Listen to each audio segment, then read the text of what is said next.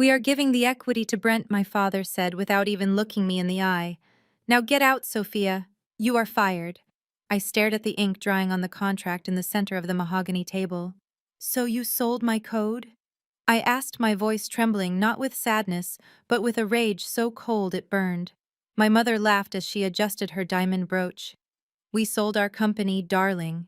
We sold Nexus AI for $4.2 billion. The FBI agent standing in the corner would later tell me it was the biggest fraud he had ever seen. But in that moment, as my brother Brent smirked at me from the head of the table, he thought he had won. He thought he was the king of Silicon Valley. He forgot one small detail. I wrote the source code. I hold the encryption keys. And at midnight, their $4.2 billion empire turns into a pumpkin.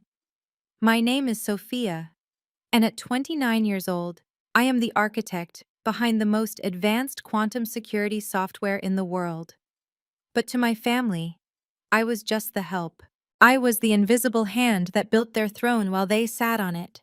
Before I tell you how I brought down my own dynasty, let me know where you are watching from in the comments below. Please hit like and subscribe if you have ever been the workhorse for a family that only valued the show pony. The betrayal did not happen in a dark alley.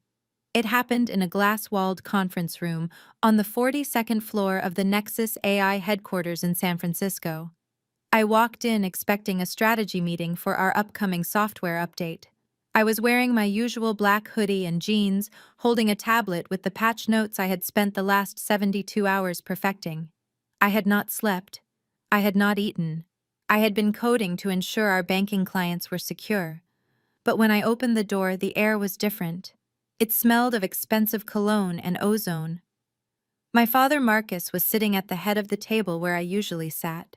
My mother Patricia was to his right, wearing a white Chanel suit that cost more than my first car. And there was Brent, my older brother, the golden child who could barely operate a microwave, let alone a server farm. He was leaning back in his chair, feet up on the table, grinning like a shark who just smelled blood. Next to him was his wife Jessica. She was sipping sparkling water and looking at me with that pitying smile she reserved for the maid or the valet driver. "Sit down, Sophia," my father said. He did not gesture to a chair. He slid a single sheet of paper across the polished wood. It stopped right at the edge of the table, dangling precariously. I picked it up. It was a termination notice, effective immediately. Reason for termination was listed as cultural incompatibility. I looked up, confused. "Is this a joke, Dad? I am the chief technical officer. I built the core. You cannot fire me for cultural incompatibility. I am the culture." My mother sighed, a long, dramatic sound that signaled she was already exhausted by my existence. "Oh, Sophia, stop being difficult. We have entered into a strategic acquisition agreement with Omnicorp. They are buying Nexus AI for $4.2 billion. It is a cash and stock deal. It is the biggest exit in the history of Black-owned tech companies. We are making history." My ears rang. $4.2 billion. They had sold the company. They had sold the proprietary algorithms I wrote in my college dorm room. They had sold the security protocols I developed while Brent was partying in Miami on the company credit card. "And where do I fit into this?" I asked, though I already knew the answer. "You do not fit," my father said coldly. Omnicorp wants a fresh start. They want a charismatic leadership team. Brent will stay on as honorary chairman. You are too technical, Sophia. You are too abrasive. You make the investors nervous with your hoodies and your technical jargon. We need polish. We need prestige." Brent chuckled. "Yeah, Soph. Look at you. You look like a hacker living in a basement. Omnicorp is a Fortune 500 company. They do not want a nerd as the face of the brand. They want visionaries." I felt the room spinning. Visionaries. Brent had failed out of business school twice. The only vision he had was spotting a VIP table at a club from across the room. "So I get nothing?" I asked, gripping the edge of the table. "I own 30% of the shares. We signed the agreement 5 years ago when we incorporated." Jessica finally spoke. Her voice was soft, melodic, and laced with venom. "Actually, Sophia, If you read the fine print of the incorporation documents your parents had, you sign those were non-voting shares that vest only upon a liquidity event, approved by the board. And since the board just voted to terminate you for cause prior to the closing of the deal, your shares are forfeited. They return to the family trust, which of course Brent and your parents control. I looked at Jessica. She was the daughter of old money, a family that came over on the Mayflower but lost their fortune in the 2008 crash. She needed this money. She needed this 4.2 billion to keep her social standing. She was the one whispering in Brent's ear. She was the architect of this theft. "You are stealing my life work," I said, my voice barely a whisper. "We are securing the family legacy," my mother corrected, her eyes hard. "Think of it as a contribution to the greater good. We will set up a small stipend for you. You can go back to school, learn to dress better, maybe find a husband like Jessica did." I looked around the room. There was no love here. There was no loyalty. I was a tool they had used until it was blunt, and now they were discarding me. The Omnicorp lawyers in the back of the room looked uncomfortable shifting in their suits, but they said nothing. They just wanted the code. I took a deep breath. The anger that had been rising in my chest suddenly cooled. It crystallized into something sharp and dangerous. I realized then that arguing was pointless. They did not understand what they were selling. They thought they were selling a car where you just hand over the keys and walk away. They did not realize they were selling a nuclear reactor that required a specific operator to keep it from melting down. I looked at Brent. "So you are the chairman now." "That is right, little sister. And you are handling the transition of the technology I asked." Brent waved his hand dismissively. "How hard can it be? It is just code. Control-C, Control-V. Besides, Omnicorp has their own engineers. They will figure out your spaghetti code in a week," Jessica chimed in. "We actually hired a very prestigious firm in India to handle the maintenance. They are much more affordable than you, Sophia, and they do not have an attitude problem." I looked at the termination paper again. It included a comprehensive release of liability. It stated that upon signing this, I, Sophia, waived all rights to sue for wrongful termination and accepted that I had no further claim to the company intellectual property. If I sign this, I am out, completely out. No responsibilities, no ties. "Yes," my father said, pushing a gold pen toward me. "Sign it and go. The security guards are waiting to escort you out. We do not want you causing a scene when the Omnicorp executives arrive for the champagne toast at 1 o'clock. I looked at my watch. It was 11:55 a.m. The automated server maintenance cycle was scheduled to run at 12:00 p.m. Every day at noon, the system pinged the admin user for a biometric authentication key. If it did not receive that key within 30 minutes, it initiated the lockdown protocol. It was a fail-safe I built to prevent hostile takeovers or server hijacking. If I was an employee, I would have warned them. If I was a shareholder, I would have stopped it. But they had just told me I was neither. I picked up the pen. My hand did not shake. I signed my name in fluid looping cursive. "There," I said, sliding the paper back to my father. "It is done." "Good," my mother said, not even looking at me. "Now please leave. The caterers are setting up." I stood up. I pulled my hood up over my head. I looked at Brent one last time. He was already pouring himself a glass of scotch from the sideboard. "Good luck, Brent," I said. "I hope you remember the admin password." He laughed. 1, 2, 3, 4, 5, 6. Who cares? Get out, Sophia. I walked out of the conference room and down the long glass corridor. I could hear them laughing behind me. I could hear Jessica asking if the caviar had arrived. I walked past the open plan office where the junior developers looked at me with sad eyes. They knew. They had seen the emails. They knew the soul of the company was walking out the door. I stepped into the elevator and pressed the button for the lobby. I pulled out my phone. 11:58 a.m. 2 minutes until the system pinged for the admin. 2 minutes until the system integrity check began. I walked out of the building and into the bright California sunshine. I did not call an Uber. I walked 2 blocks to a park bench and sat down.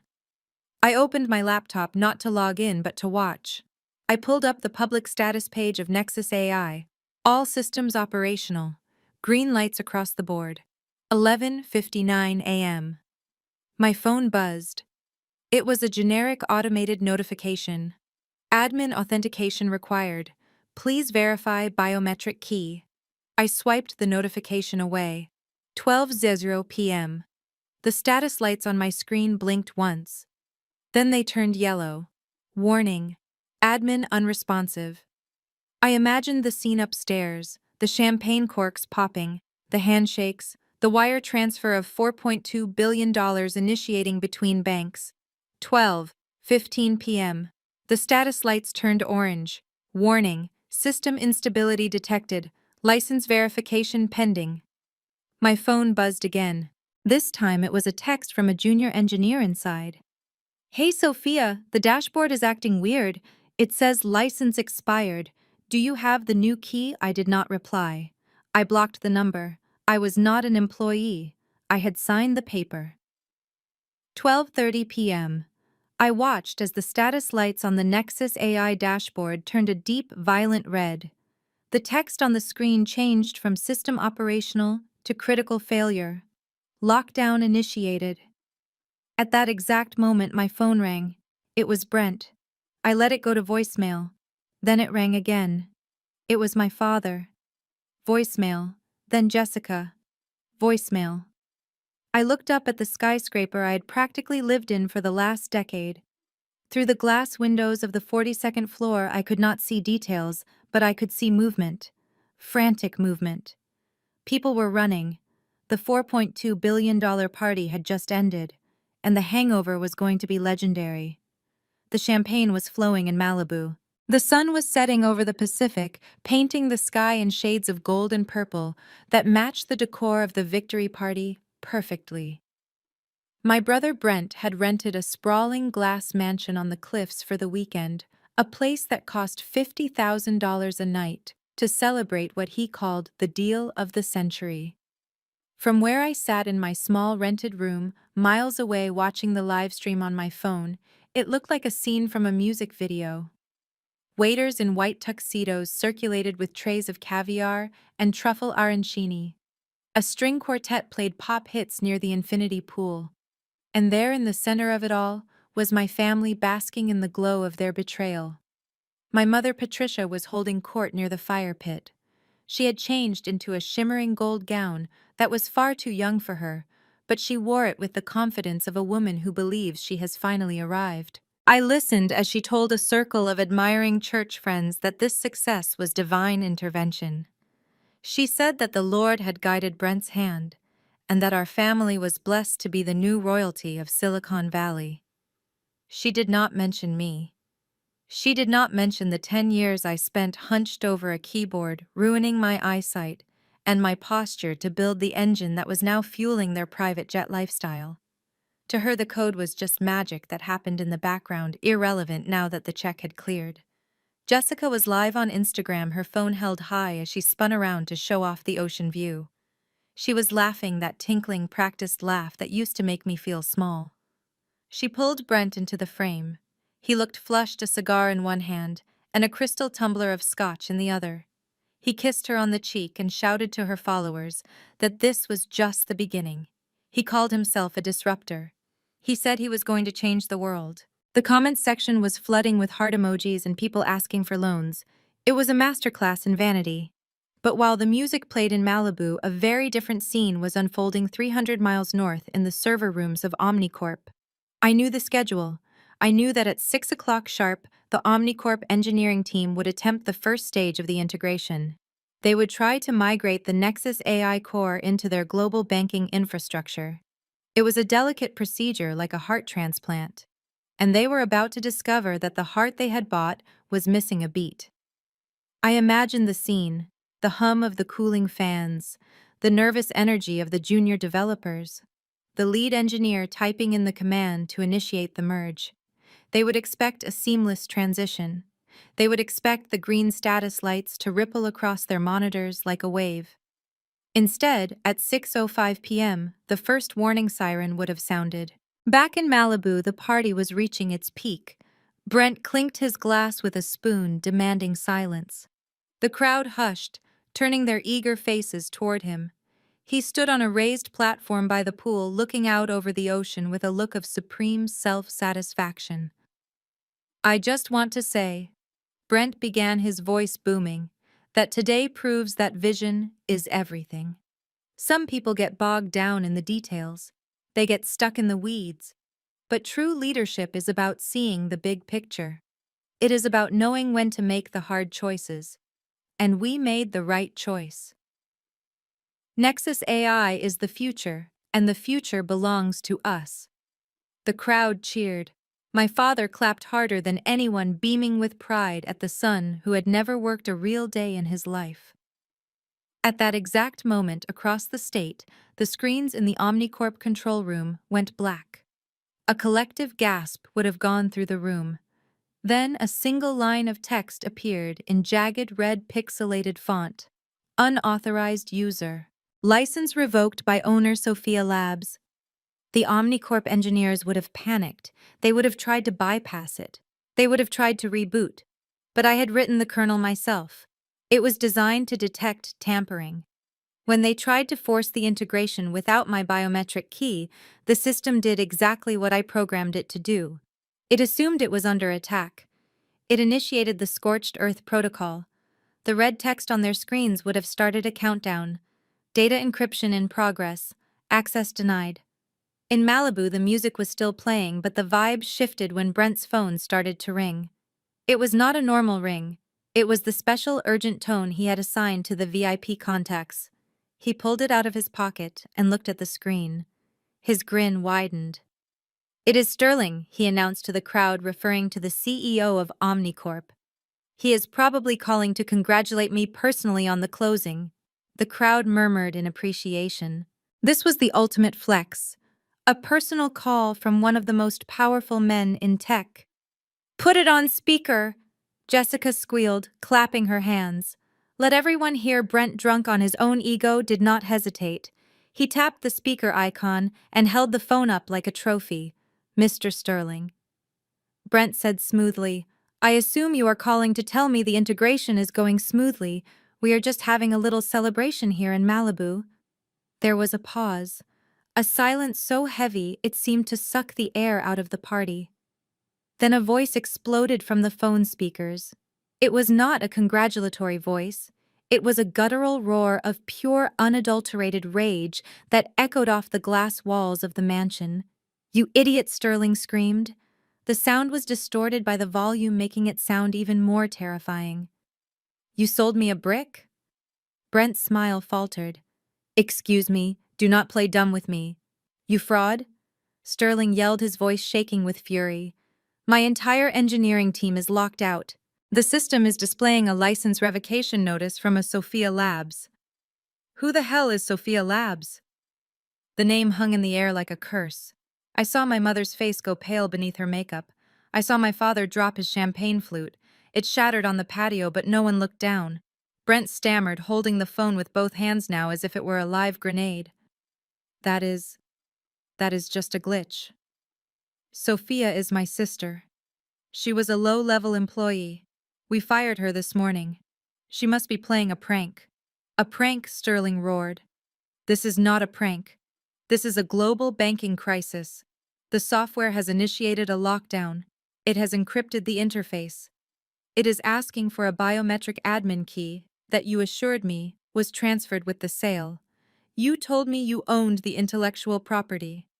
"We do," Brent insisted, his voice cracking. "We own everything. My parents signed the papers." "I am looking at the error log right now," Sterling shouted, cutting him off. "The system kernel is registered to a limited liability company, not Nexus AI. You sold me a license, not the code. And that license just expired because you fired the administrator." The guests were whispering now. People were stepping back, creating a circle of isolation around my family.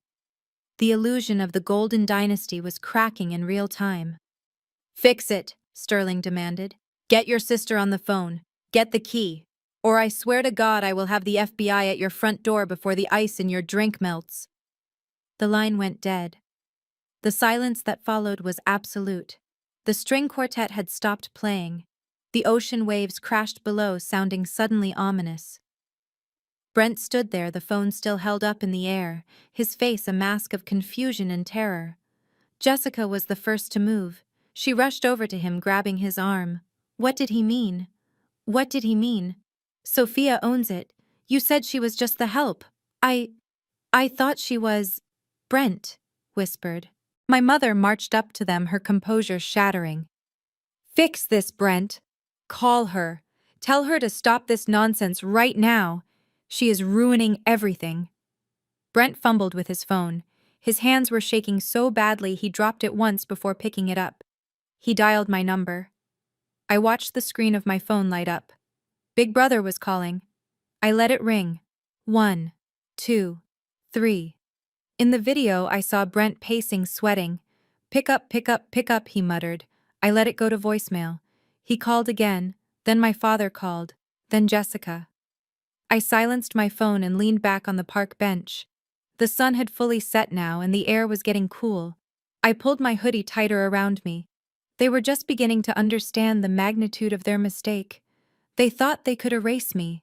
They thought they could extract the value of my mind and discard the person who carried it. Back at the party, the guests were leaving. No one wanted to be associated with a fraud. The waiters were packing up the food. The dream was dissolving. I stood up.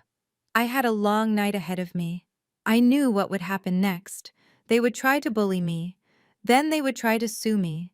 And finally, when they realized they had no leverage, they would try to manipulate me with love. But I was ready. I checked my bank account on my phone. The severance pay they had wired me was there. 2 weeks of salary. A pittance. I transferred it all to a new secure account. Then I opened my email and sent one single document to the General Counsel of Omnicorp. It was the original employment contract I had signed 5 years ago, the one my parents had barely read because they were too busy planning their first vacation with the company profits. I highlighted the clause in Section 4, Paragraph 2. Intellectual property retention. All source code created by Sophia Jefferson remains the sole property of Sophia Labs, LLC. Nexus AI is granted a revocable non-exclusive license for usage contingent upon the continued employment of the creator. I hit send. The war had officially begun. And for the first time in my life, I was not fighting to be seen. I was fighting to win. The silence from my end was driving them insane. I knew my brother Brent better than anyone.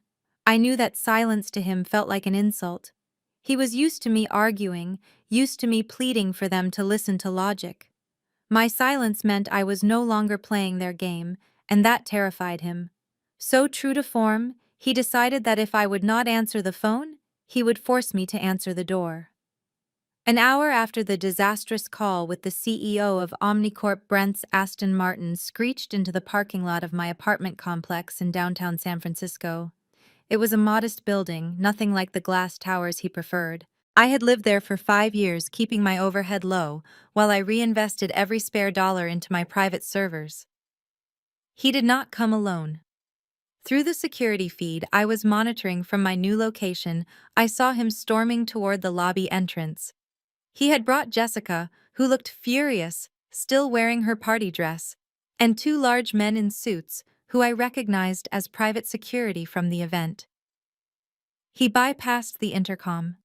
He simply waited for a neighbor to exit and shoved his way through the door, marching down the hallway to apartment 4B. I watched on my screen as he pounded on my door.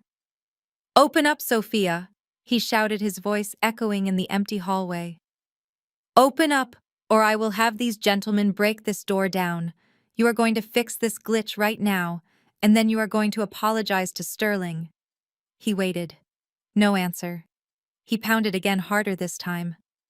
Jessica was behind him, checking her phone, likely deleting negative comments from her social media. She looked up and said, "Just break it down, Brent.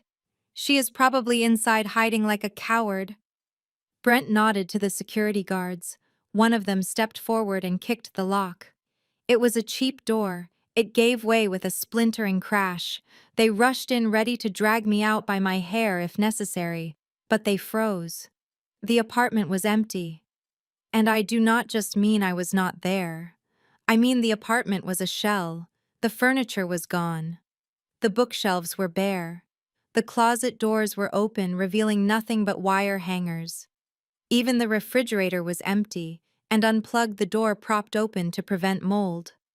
There were no pictures on the walls, no rugs on the floors. The only thing left in the center of the living room was a small folding plastic chair with a single sheet of paper taped to the back of it. I had moved out 48 hours before the board meeting. I knew the numbers. I knew they were shopping the company around. I knew that once the deal was signed, I would be a liability. So I had packed my life into a storage unit and moved to a short-term rental in Oakland that was registered under a shell corporation. On the video feed, I saw Brent spin around in a circle, confused. "Where is she?" he yelled. "Where is her stuff?" Jessica walked into the kitchen, opening cabinets and slamming them shut. "She cleared it out," she hissed. She knew. She planned this. This was the moment the narrative shifted for them. Up until now, they thought I was reacting emotionally to being fired. They thought this was a tantrum. Now, standing in that hollowed-out apartment, they began to realize that this was not a reaction. It was a preemptive strike. Brent pulled out his phone again. He did not call me. He called our mother. "Mom, she is gone," he said, his voice rising in panic. "The place is empty." No, she did not just leave for the night. She moved out. She took everything, the servers, her computers, everything. I could not hear what my mother said on the other end, but I did not have to wait long to find out. 5 minutes later, my phone began to vibrate with a call from Patricia Jefferson. I let it go to voicemail. Then she called again. And again. When she finally stopped, I put on my headphones and played the messages. Her voice was not the polished church-going matriarch voice she used in public. It was the voice she reserved for me when no one else was looking. The voice of raw, unfiltered disappointment. "Sophia, this is your mother," the first message began. "I do not know what kind of sick game you are playing, but it ends now.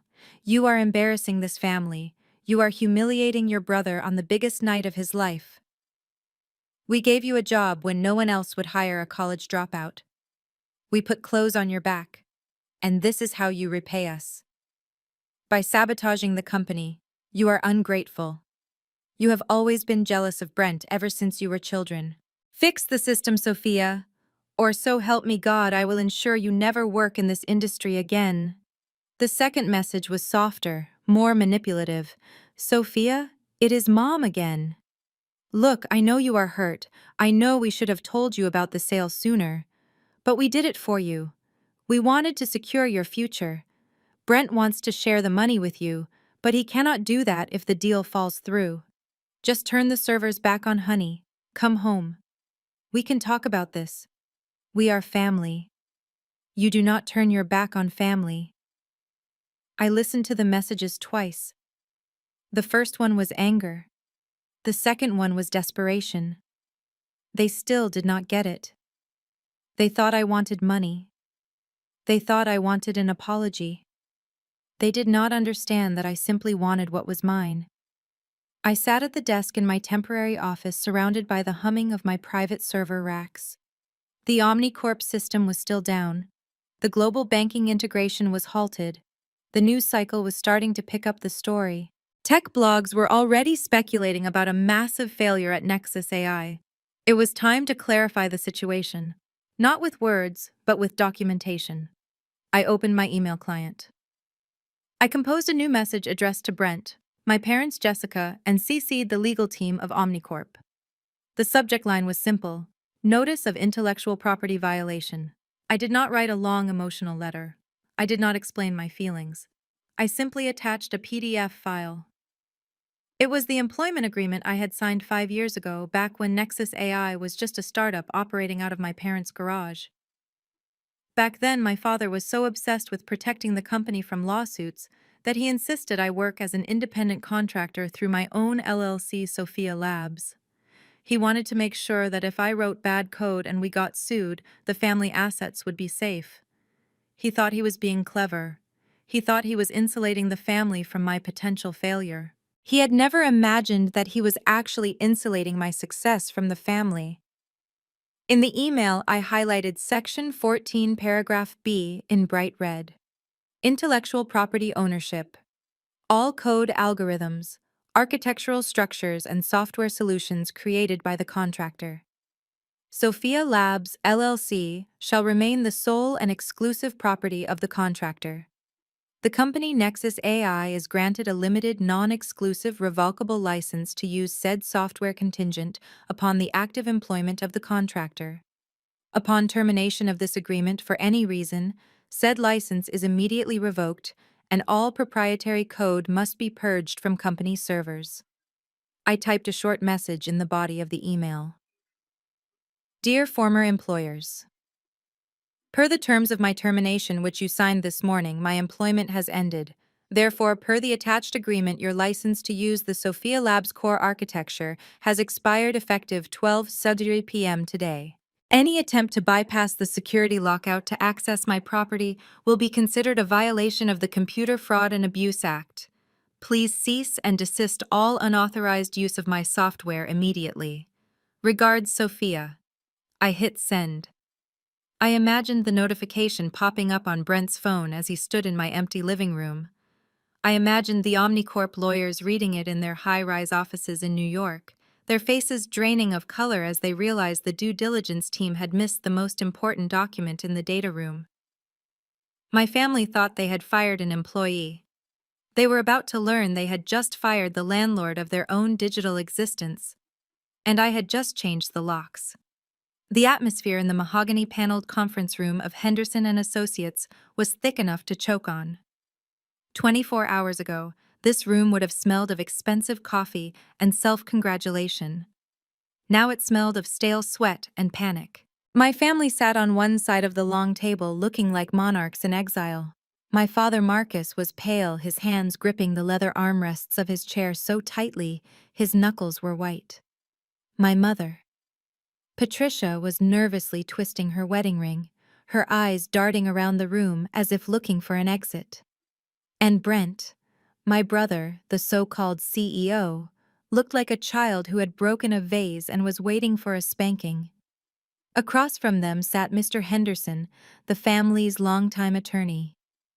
He was a man who usually exuded the confidence of someone who charged $1,000 an hour. Today, however, he looked like a man facing a firing squad. He had loosened his tie. There were beads of perspiration glistening on his forehead. He had a stack of documents in front of him, but he was not reading them. He was staring at them as if they were a death sentence. So Brent said, breaking the silence with a voice that tried to be authoritative but cracked in the middle, "Just tell us how long it will take to get the injunction. We need to force her to turn the servers back on. Omnicorp is threatening to pull the wire transfer." Henderson took a deep breath. He took off his glasses and rubbed the bridge of his nose. He looked tired. He looked defeated. "There will be no injunction, Brent," he said quietly. "What do you mean?" Jessica snapped. She was sitting next to Brent, her posture rigid. Her perfect blowout was starting to frizzy, a sign of her inner turmoil. "She is sabotaging the company. She is holding our property hostage. That is illegal." Henderson looked up, meeting Jessica's eyes with a grim expression. "That is just the problem, Mrs. Jefferson. It is not your property." My father slammed his hand on the table. "We own Nexus AI. We own 100% of the stock. Sophia was just an employee." Henderson slid a single document across the table. It was the same PDF I had emailed them an hour ago. The employment agreement from 5 years ago. "You own the company," Marcus Henderson said, his voice trembling slightly. "You own the brand. You own the office lease. You own the furniture. But you do not own the product. When you set this up, you insisted on insulating the family assets from liability. You wanted Sophia to take all the risk. So we created Sophia Labs, LLC. We made her the sole proprietor of the intellectual property. Nexus AI does not own the code. You have been leasing it from her. And the lease has a termination clause. He pointed to the paragraph I had highlighted in red. Clause 14b. Upon termination of the contractor, the license is immediately revoked. The room went silent. It was the kind of silence that precedes an explosion. Brent stared at the paper. But we can argue that she signed it under duress, or that it was implied ownership. Henderson shook his head slowly. No, Brent, we cannot. Because you fired her. You signed a termination letter that explicitly stated you were severing all ties. You triggered the clause yourself. Legally, she is within her rights. In fact, if we try to force access to her servers, she can sue us for corporate espionage, and she will win. My mother made a sound like a wounded animal. But the money, she whispered. The $4.2 billion, we already spent the advance. We put deposits on the houses. We paid off the debts. Henderson looked down at his hands. If you cannot deliver the working code to Omnicorp by close of business tomorrow, the deal is void. And worse, Omnicorp will likely sue you for fraud. They will say you sold them something you did not own. That is securities fraud. That is federal prison time. The words hung in the air. Federal prison time. This was the moment the reality finally pierced through their delusion. They were not just poor, they were criminals. Brent put his head in his hands. This cannot be happening. She is my sister. She would not do this to me. That was when Jessica moved. It happened so fast that at first no one reacted. Jessica stood up her chair, scraping loudly against the floor. She turned to Brent. Her face, usually a mask of bored elegance, was twisted into a snarl of pure, unfiltered hatred. "You idiot!" she screamed. She swung her hand and slapped him. It was a hard, vicious slap that echoed in the quiet room. Brent's head snapped to the side. He looked up at her, shocked, holding his cheek. "Jessica," he stammered. "Shut up," she hissed. "You useless, incompetent parasite. You told me you read the contracts. You told me you handled it. I married you because you said you were going to be a titan of industry, and now you tell me you are going to prison." She turned to the lawyer, ignoring her husband. "Is there any loophole? Any way to claim the contract is invalid?" Henderson shook his head. "Not unless Sophia voluntarily signs a new agreement transferring the IP. She holds all the cards." Jessica stood there, breathing hard. Her chest heaved. I could see the gears turning in her mind. She was a survivor. Her family had lost their fortune once, and she had vowed never to be poor again. She looked at Brent, who was weeping silently. She looked at my father, who was staring at the wall in catatonic shock. Then she looked at my mother. "Patricia," Jessica said, her voice suddenly dropped dead calm. It was terrifying how quickly she switched gears. The rage vanished, replaced by a cold, calculating pragmatism. My mother looked up, tears streaming down her face. "What? What do we do?" Jessica walked over to her. She placed a hand on my mother's shoulder. "The law cannot help us. The contract is ironclad. If we fight her in court, we lose and we go to jail. So we do not fight her in court." My mother sniffled. "Then what do we do?" "We fight her with the only weapon she has no defense against," Jessica said softly. "We use guilt." She pulled a chair close to my mother. "Listen to me. Sophia has always been desperate for your approval. She spent her whole life trying to get you to look at her the way you look at Brent. That is why she built this company. Not for money. For you." My mother nodded slowly, listening. "Right now she is angry," Jessica continued. "She feels rejected. But deep down she is still that little girl waiting for mommy to say she is proud of her. We need to give her that. But she hates us," Brent whimpered from his side of the table. "She does not hate you," Jessica snapped without looking at him. "She is hurt. There is a difference. And hurt people can be manipulated." She turned back to my mother. "Patricia, you need to give the performance of a lifetime. You need to go to her, not as a business partner, not as a boss, but as a broken-hearted mother. You need to cry. You need to beg. You need to tell her that this stress is killing you. Tell her your heart condition is acting up. Tell her whatever you have to tell her to get her to sign that transfer document." My mother wiped her face. She sat up straighter. The panic in her eyes began to fade, replaced by a glimmer of hope. She had always been a master of emotional theater. She knew how to weaponize her tears. "I can do that," my mother said, her voice strengthening. She has always been soft. She never could stand to see me cry. "Good," Jessica said. "Mr. Henderson, draw up a transfer of ownership agreement. Keep it short. 1 page. Make it look like a formality. Patricia, you take it to her. Find out where she is hiding.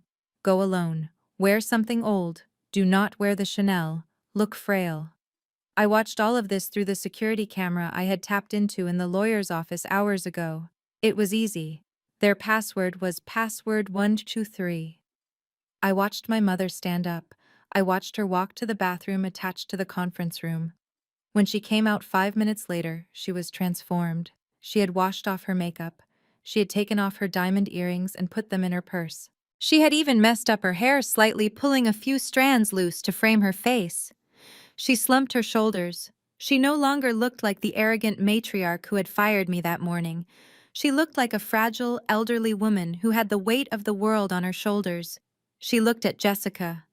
"How do I look?" Jessica nodded, a shark-like smile spreading across her face. "You look like a victim." "It is perfect." My father spoke up for the first time. "Do you think it will work?" "It has to," Jessica said. "Because if it does not, we are all finished." My mother took the document from the lawyer. She folded it and put it in her purse. "I am going to save this family," she said. I sat in my dark office staring at the screen. A chill went down my spine. I had expected them to send police. I had expected them to send lawyers. I was ready for a fight, but I was not sure if I was ready for this. I watched my mother practice her crying face in the reflection of the glass window. She squeezed her eyes shut, and when she opened them, they were wet with fresh tears. It was terrifying. It was impressive. They were coming for me, and they were bringing the one weapon I had never learned to build a firewall against: a mother's love, even if it was fake. I found a corner table at a small coffee shop in Oakland, far away from the polished glass facades of Silicon Valley. I chose it because it was dark, loud, and anonymous. I had my hood up, my laptop open, and a cup of black coffee cooling next to my hand. I was monitoring the Omnicorp stock price, which had been in freefall for the last 4 hours. It was a grim satisfaction watching the red line dip lower and lower, knowing that every tick downward was a direct result of my family's greed. But anonymity, I soon learned, is a luxury that costs more than I could afford. My mother had hired a private investigator. They had tracked my phone or maybe my license plate. It did not matter how they found me. What mattered was that at 2:00 p.m. the bell above the door chimed, and Patricia Jefferson walked in. I almost did not recognize her. The woman who raised me would never be caught dead in anything less than St. John knits and pearls. But this woman was wearing a faded gray cardigan and flat shoes. Her hair, usually sprayed into an immovable helmet of perfection, was loose and slightly frizzy. She looked frail. She looked like a grandmother who had lost her way. It was a brilliant costume. Jessica had coached her well. She scanned the room, her eyes locking onto me instantly. There was no hesitation. She walked straight to my table, but she did not storm over. She shuffled. She let her shoulders slump. By the time she reached me, half the coffee shop was already looking at her with concern. "Sophia," she breathed, her voice cracking perfectly. "Oh, thank God. I have been so worried about you." I did not close my laptop. I did not stand up. I simply took a sip of my coffee and watched the performance. "Hello, Mother. You can drop the act. There are no investors here." She ignored my comment. She pulled out the chair opposite me and collapsed into it, grabbing my hand across the table. Her skin was cold. I pulled my hand away. "Baby, please," she said loud enough for the table next to us to hear. "Please come home. Your father is sick. He is so worried about you he cannot eat. Why are you doing this to us? Why are you trying to destroy your own family?" The barista paused mid-pour.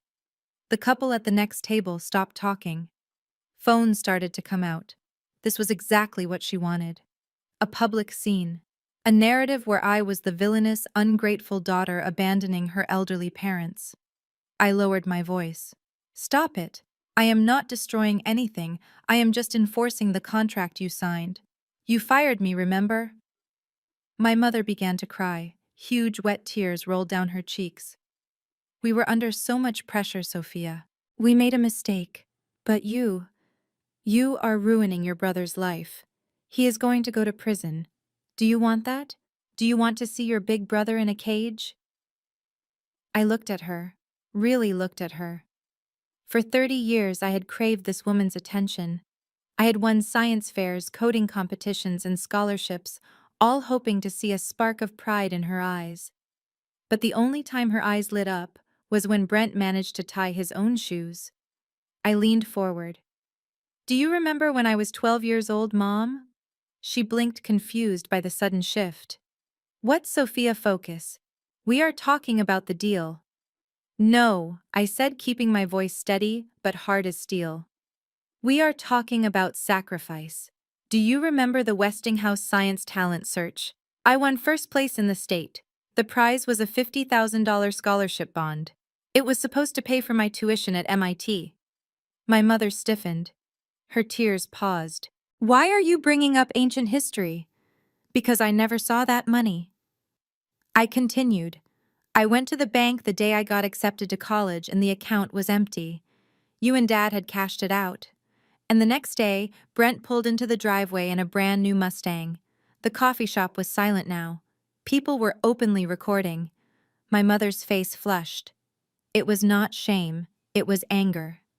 Brent needed reliable transportation for his auditions, she hissed her voice, dropping the frail grandmother act for a split second.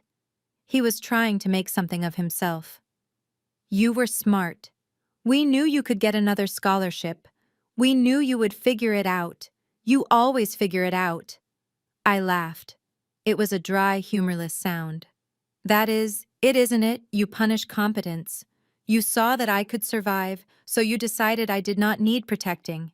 You fed me to the wolves so you could keep Brent warm in his fur coat.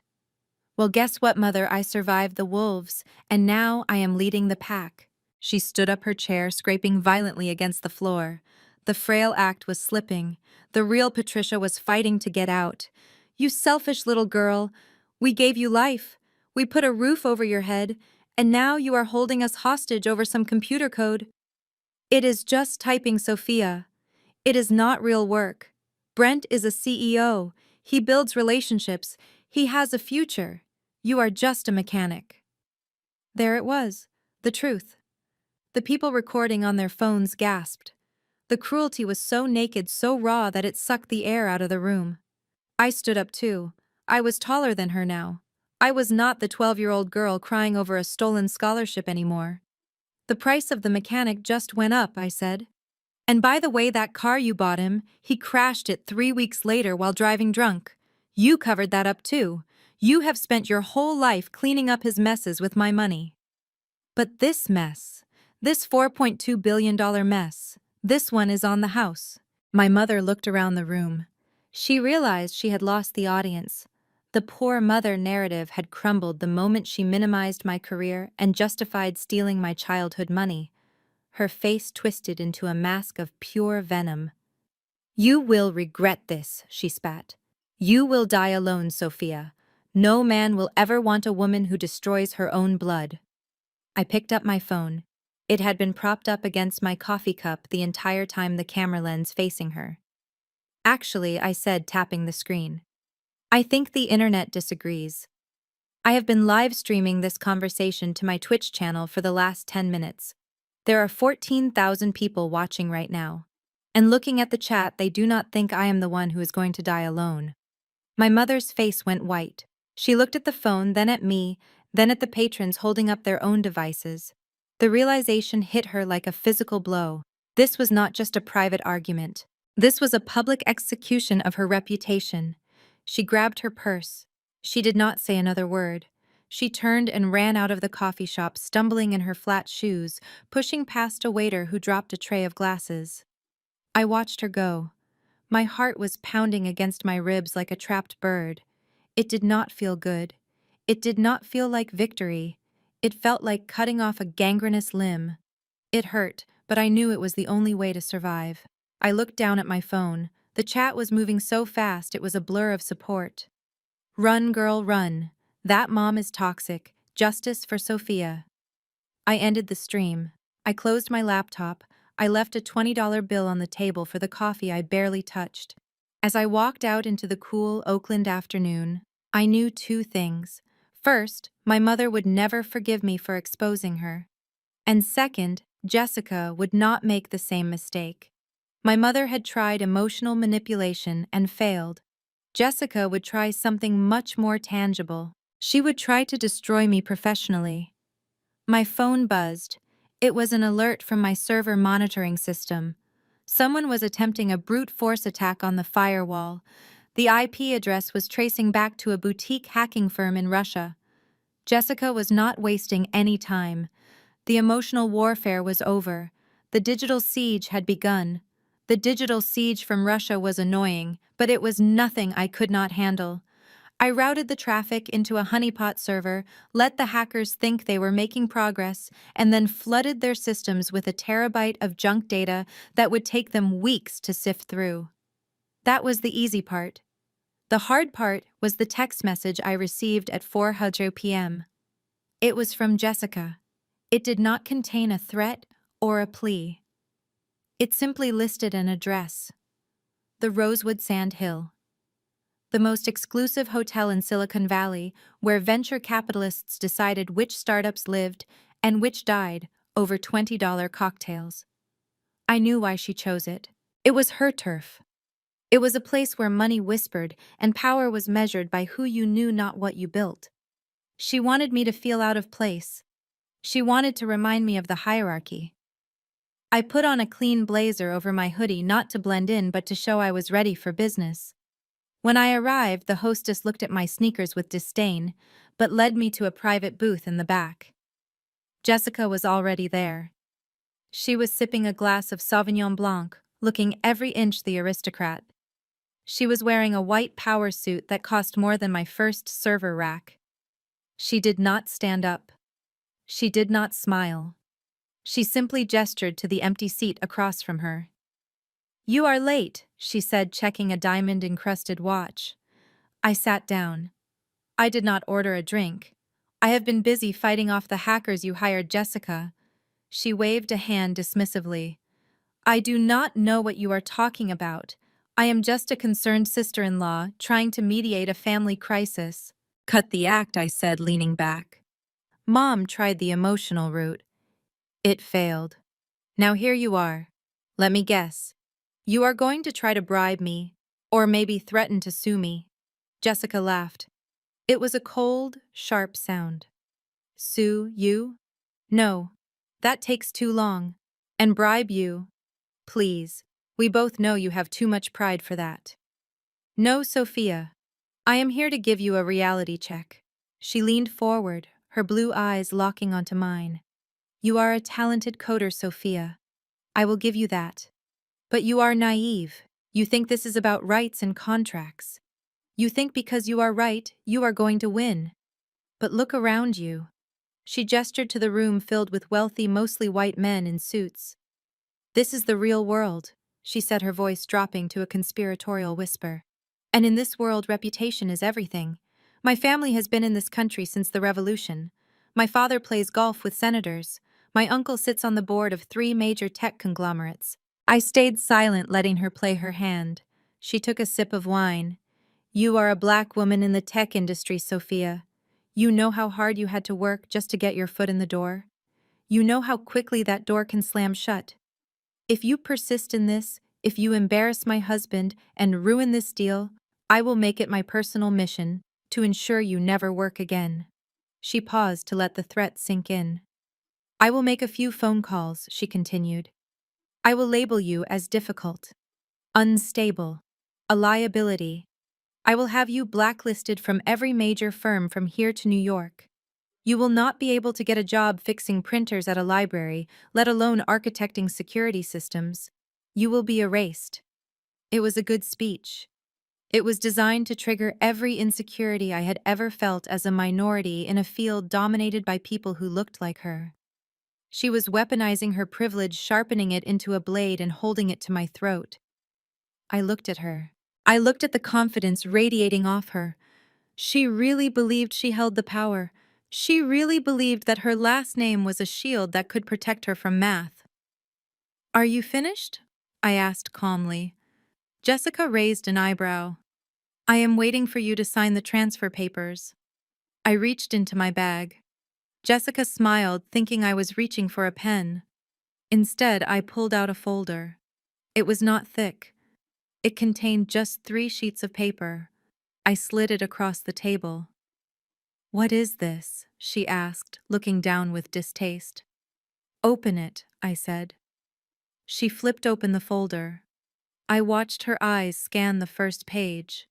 It was a credit report, but not mine. The smile fell from her face. "This is private financial information," she hissed. "How did you get this?" "I am a data architect, Jessica," I said. "Information is what I do. And what that document shows is that the illustrious Harrington family is not just broke. You are drowning." I pointed to the second page. "Your parents just took out a third mortgage on the Hamptons estate, and they were rejected. The bank is moving to foreclose next month. And your father, the one who plays golf with senators, he is currently under investigation by the IRS for tax evasion. He is not going to be making any phone calls for you. He is going to be asking you for bail money." Jessica's hand shook as she turned to the third page. It was a foreclosure notice for her and Brent's penthouse. "You see," I continued, my voice low and steady, "I know why you pushed for this sale. I know why you married my brother. You are $50 million in debt, Jessica. You are not old money. You are just old debt wrapped in designer clothes." Jessica slammed the folder shut. She looked around to see if anyone had heard. Her face was pale, the makeup standing out starkly against her skin. "You are lying," she whispered. "This is illegal." "It is public record if you know where to look," I said. "You needed that for $2 billion payout to save your parents and yourself. You looked at my family and you saw a piggy bank. You saw Brent as a useful idiot, and you saw me as an obstacle." I leaned in closer. "You threatened to blacklist me. You threatened to call your powerful friends. Go ahead. Call them. Tell them that your sister-in-law is the one holding the encryption keys to the global banking infrastructure. Tell them that if I do not type in a code every 12 hours, the assets of half the Fortune 500 companies freeze." I took a sip of water. "I do not need a job, Jessica. I do not need your network. Because right now I am not an employee. I am the bank. And you are just a desperate woman trying to keep her house of cards from falling down." Jessica stared at me. For the first time I saw fear in her eyes. Real naked fear. The power dynamic had shifted so violently she had whiplash. She realized that her threats were empty because she had nothing left to leverage. Her privilege had just been voided by my leverage. "What do you want?" she asked, her voice trembling. I stood up. I straightened my blazer. "I want you to go home," I said. "I want you to tell my brother that his wife is a fraud. I want you to tell my parents that their golden ticket just bounced. And I want you to know that when the FBI comes knocking, and they will come knocking, I will not be the one opening the door for them." I dropped a $20 bill on the table. "Buy yourself another drink, Jessica. You are going to need it." I walked out of the rosewood sandhill without looking back. I could feel her eyes burning into my back, but I did not care. I had just dismantled her entire identity in 5 minutes. But as I stepped out into the cool evening air, I felt a vibration in my pocket. It was an alert, not from my servers, from the news. CNN was breaking a story. "Global banking crisis imminent. Nexus AI sale under investigation." The clock was ticking, and the explosion was about to begin. The sun rose over Silicon Valley, but for Omnicorp and my family, It was the darkest day in history. 24 hours had passed since the lockdown initiated. Without my biometric key to release the daily security patch, the Sophia Labs kernel had gone into full defensive mode. It treated every external request as a threat. ATMs in London were eating cards. Point-of-sale terminals in Tokyo were rejecting payments. And on Wall Street, the ticker for Omnicorp was bleeding red ink so fast it looked like a crime scene. I sat in my temporary office watching the cable news split screens. On the left was the chaos at the banks. On the right was a live aerial shot of my brother's mansion in Malibu. The headline was no longer about the acquisition. It read, "The $4.2 billion ghost ship." The pundits were not holding back. They were asking the question I had warned them about. How did a company buy a security firm without securing the rights to the code? The stock had plummeted 30% in pre-market trading. Billions of dollars in market cap vanished overnight. My phone pinged with alerts not from my family, but from industry contacts. Class action lawsuits were being filed by the minute. Pension funds that had invested in the deal were suing for fraud. The Securities and Exchange Commission had announced a formal probe. The legal term being thrown around was material misrepresentation. In plain English, it meant my brother and parents had sold a car they did not have the pink slip for. Through the internal security cameras I still had access to because Brent never bothered to change the default passwords on his smart home system, I watched the collapse of the Jefferson dynasty from the inside. The mansion was under siege, not by police looking to arrest them not yet, but by a mob of angry shareholders and news vans camped at the gate. Inside, the golden child was crumbling. Brent had locked himself in the master bathroom. Through the camera feed in the hallway, I could hear him. He was not making calls to fix the problem. He was not strategizing with lawyers. He was screaming. I switched to the audio feed. "Open the door, Brent." That was Jessica. Her voice was shrill, stripping away any pretense of the sophisticated socialite. "The lawyers are on the phone. You have to make a statement. You have to tell them it is a technical error." I heard the sound of glass shattering against the bathroom tile. Probably a cologne bottle. "Go away, Jessica. This is your fault. You made me sell. You said Sophia was a nobody. You said she would just roll over. You said we would be billionaires. I am trying to save us, you idiot." Jessica screamed back, banging on the mahogany door. "Stop drinking and come out here. The police are outside." "The police?" That was the detail that made the moment surreal. I looked at the external cameras. The LAPD had arrived in riot gear to form a perimeter around the estate. They were setting up barricades to hold back the growing crowd of reporters and angry investors who had driven up the coast to demand answers. The flashing blue and red lights washed over the white facade of the house, giving it the look of a crime scene long before any handcuffs were actually brought out. My parents were downstairs in the living room, sitting in the dark with the curtains drawn. My mother, Patricia, was holding her rosary beads, but she was not praying. She was staring at the television, watching a reporter interview a former Nexus AI employee who was describing exactly how little Brent actually contributed to the company. "He could not code 'Hello World,'" the engineer said on live TV. My father just stared at his hands, the hands that had signed the termination letter. They looked paralyzed. For the first time in their lives, they were facing a problem that could not be solved by their reputation or their church connections. Back upstairs, the bathroom door finally clicked open. Brent stumbled out. He looked like a wreck. His shirt was unbuttoned, his eyes were bloodshot, and he reeked of expensive vodka. He looked at Jessica, not with love, but with pure venom. "You want a statement?" he slurred. "I will give you a statement. I am going to tell them the truth. I am going to tell them you orchestrated the whole thing." Jessica's face went cold. "You will do no such thing. If I go down, Brent, I am taking you with me. I know about the offshore accounts. I know about the gambling debts you paid off with the company credit card last year. You think Sophia is the only one who kept receipts? I watched them turn on each other like rats in a sinking ship." It was fascinating. The love and loyalty they preached about at every family gathering had evaporated the moment the money stopped flowing. They were not a family. They were a cartel, and the business was failing. My phone buzzed again. It was a notification from the Omnicorp legal team. They were requesting an emergency meeting not with Brent, but with me. They had finally realized who actually held the power. But I was not ready to talk yet. I wanted the stock to drop another 10 points. I wanted the desperation to be absolute. I looked back at the screen. Brent had collapsed onto the hallway floor, weeping into his hands.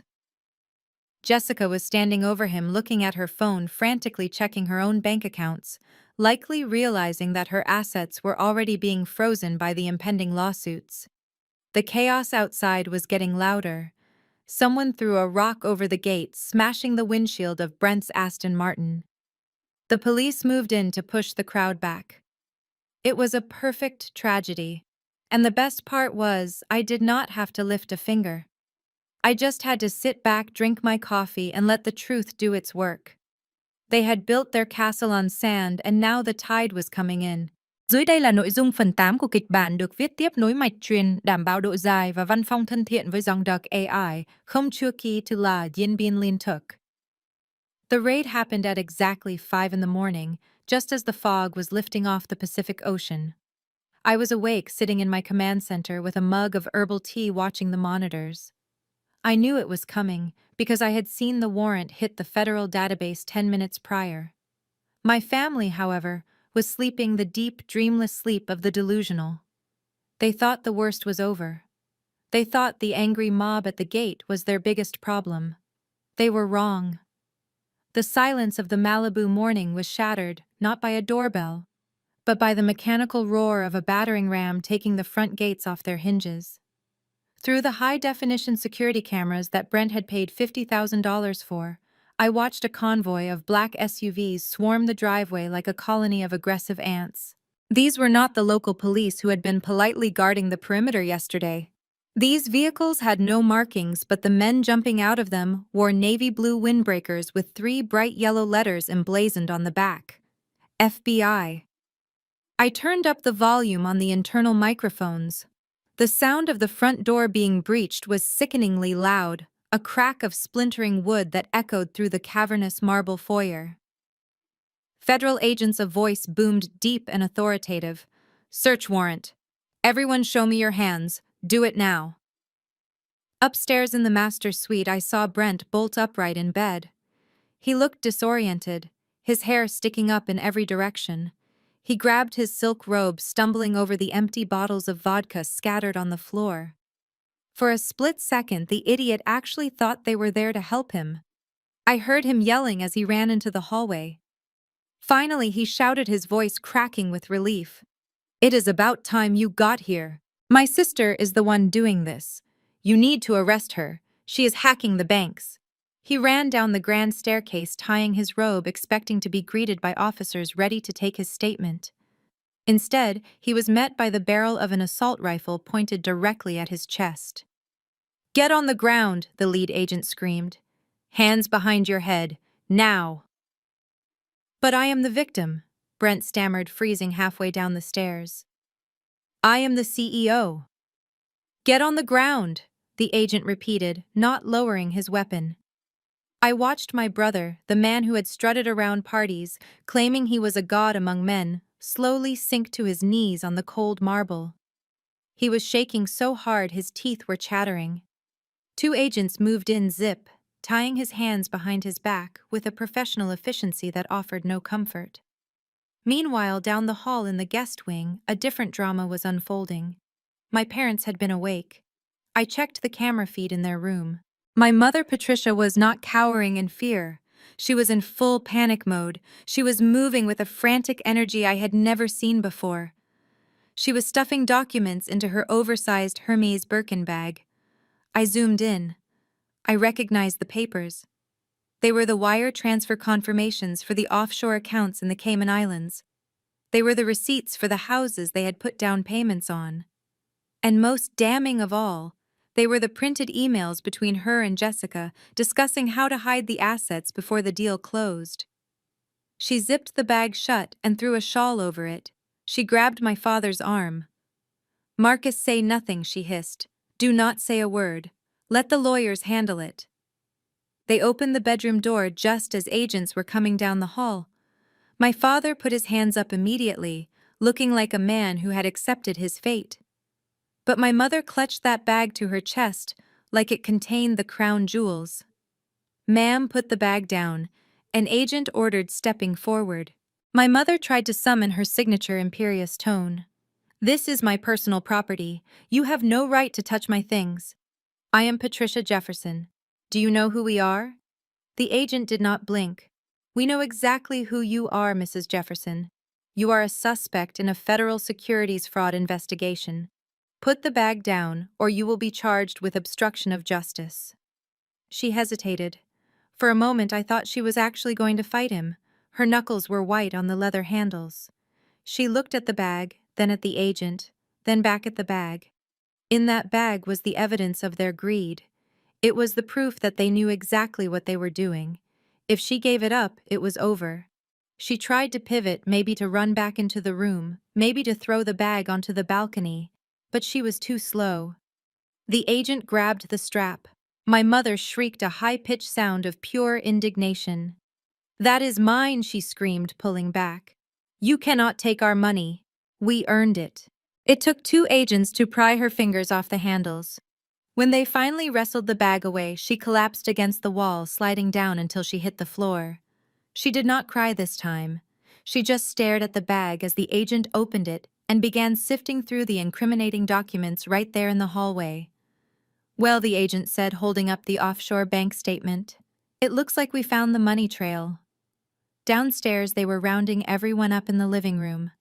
Brent, Jessica, and my parents were seated on the expensive white sofas, their hands zip-tied. Jessica was the only one who wasn't screaming. She sat perfectly still, her face pale, calculating the odds. She looked at the agents tearing apart the house. They were taking everything. Computers, phones, hard drives. They were even taking the paintings off the walls, checking for safes behind them. An agent walked up to the group. He was wearing a suit, clearly the one in charge. He looked at them with a mixture of pity and disgust. "Marcus Jefferson, Patricia Jefferson, Brent Jefferson, and Jessica Harrington," he announced. "You are all under arrest for conspiracy to commit wire fraud, securities fraud, and money laundering." But we did not do anything. My father whispered, his voice barely audible. "We just sold our company." "You sold a company you did not own," the agent corrected him. "And you accepted $4.2 billion for a product that did not exist. That is not business, Mr. Jefferson. That is theft." Brent looked up, tears streaming down his face. "It was Sophia. She turned it off. She tricked us." The agent knelt down so he was eye level with Brent. "We spoke to Omnicorp. We saw the contract. It was not a trick, son. It was a lease. You tried to sell a rental car to a dealership, and when you got caught, instead of returning the money, you tried to move it offshore. That is what brought us here, not the code, the cover-up." Jessica closed her eyes. She knew. She knew that the moment they tried to hide the money, they had crossed the line from civil liability to criminal intent. I sat in my chair miles away, feeling a strange hollowness in my chest. I had expected to feel triumphant. I had expected to cheer. But watching my mother sit on the floor in her silk pajamas, watching my father age 10 years in 10 minutes, watching my brother weep like a child, I just felt exhausted. They had done this to themselves. Every step of the way, they had chosen greed over family. They had chosen appearance over substance. And now the substance was coming to collect. The agents began hauling boxes of evidence out to the trucks. I saw them carry out Brent's laptop. I saw them carry out the safe from the study. I saw them carry out the very servers that were supposed to run the company, now just useless metal boxes without my code. My phone buzzed. It was a text from the Omnicorp CEO's assistant, Ms. Jefferson. "Mr. Sterling would like to know if you are available to speak." The board is convening an emergency meeting. We are prepared to make an offer for the IP. I looked at the text. Then I looked at the screen where my family was being led out of their front door in handcuffs. The paparazzi outside went wild flashes, popping like lightning. This was the picture that would be on every front page tomorrow. The fall of the House of Jefferson. I typed back a single word. Listening. I closed the camera feed. I did not need to watch them get into the police cars. I knew where they were going. They were going to a place where money could not buy better treatment, where their last name meant nothing, and where for the first time in their lives, they would have to answer for their actions without me there to bail them out. The investigation was just beginning. The agents would find everything. They would find the tax evasion. They would find the fake invoices. They would find the identity theft my mother committed to get the loan for Brent's car. It was all going to come out. It was a domino effect, and I had pushed the first piece. I stood up and walked to the window. The sun was fully up now. It was a beautiful day, the kind of day where anything felt possible.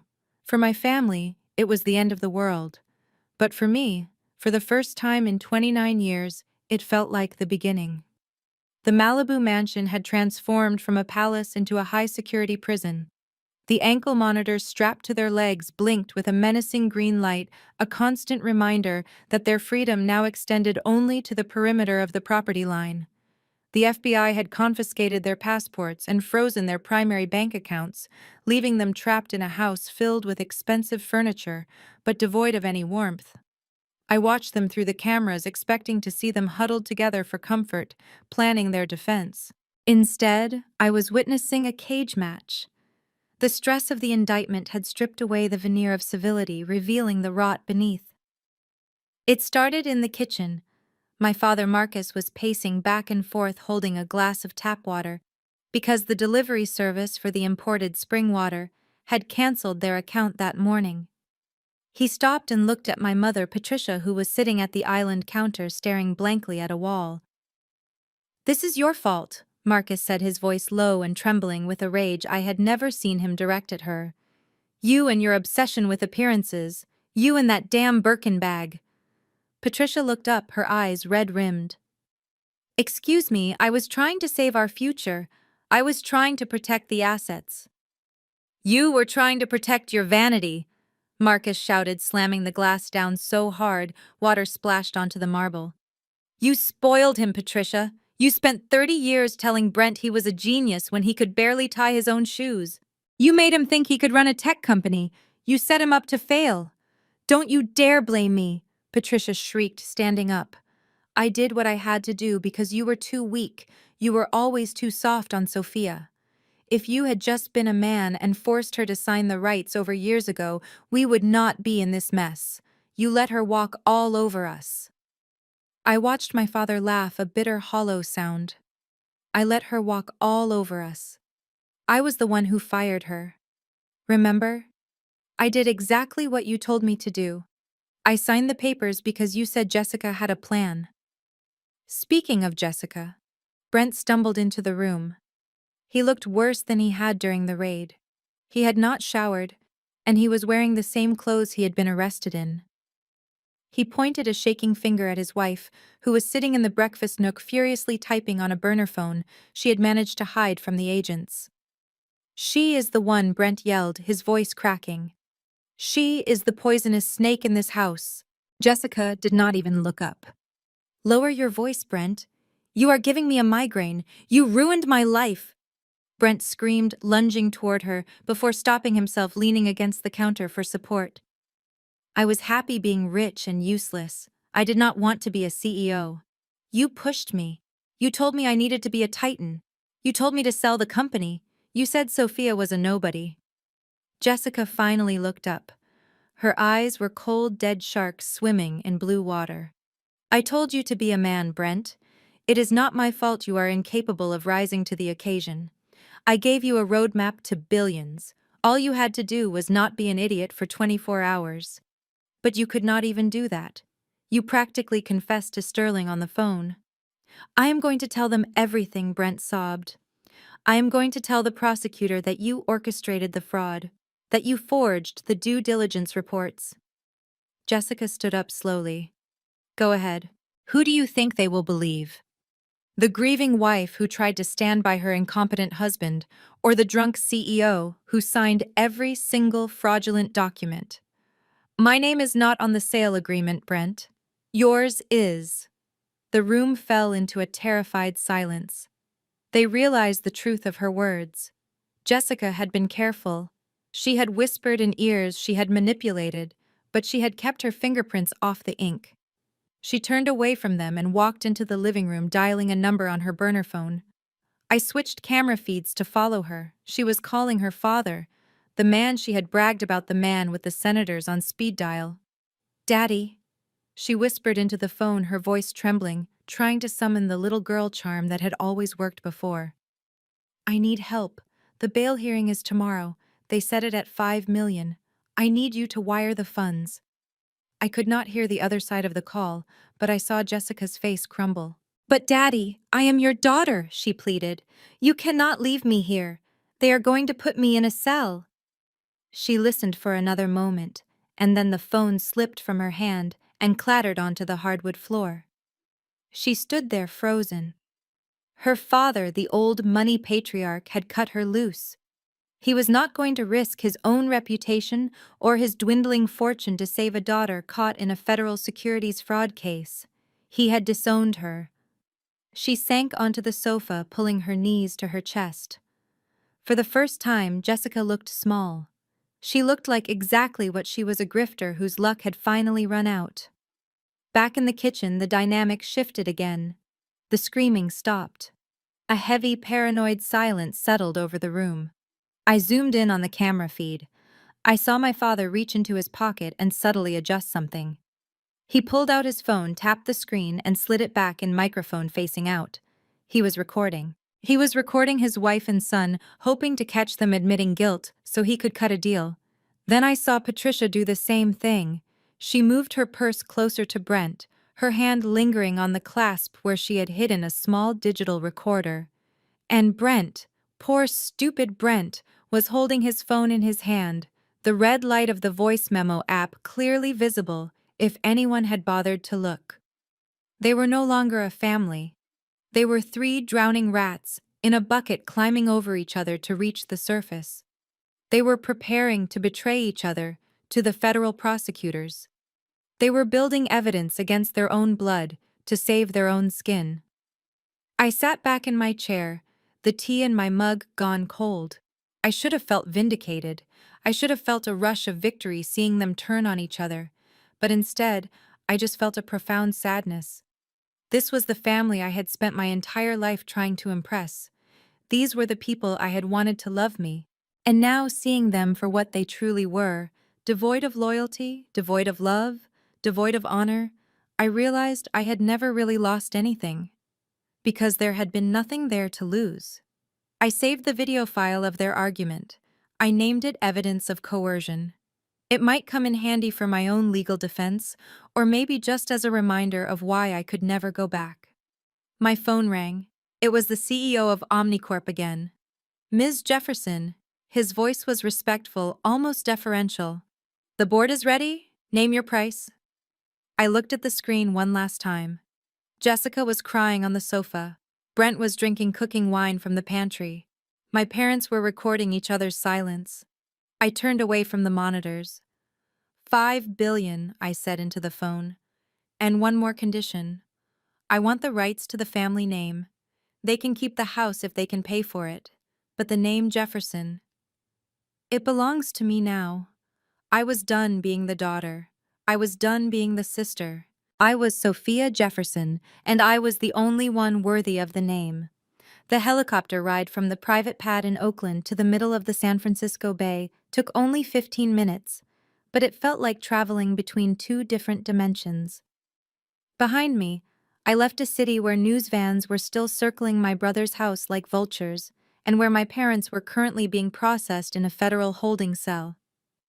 Ahead of me lay the open water and the Titan, a 300-foot superyacht that looked less like a boat and more like a floating sovereign state. I wore the same blazer and hoodie combination I had worn to meet Jessica. I did not dress up for Richard Sterling. I needed him to see me exactly as I was. A coder, an architect, the person who held the keys to his kingdom.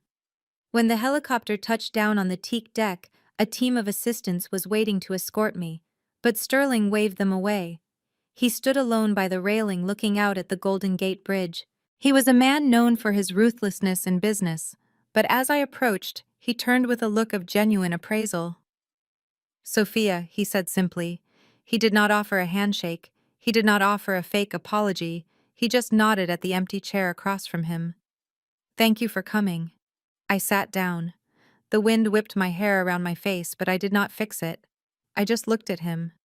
"You look calmer than you sounded on the phone yesterday, Mr. Sterling." He chuckled, a dry sound that did not reach his eyes. "Yesterday I thought I had lost $4 billion. Today I realize I just tried to pay the wrong person. My engineers have spent the last 24 hours analyzing the encrypted shell of your kernel. They tell me it is not just code. They tell me it is art. They say it is 5 years ahead of anything we have in development." I nodded. 7 years, actually. I started writing the base layer when I was in grad school. Sterling poured 2 glasses of sparkling water. He pushed one toward me. "Geekyoid Saicha."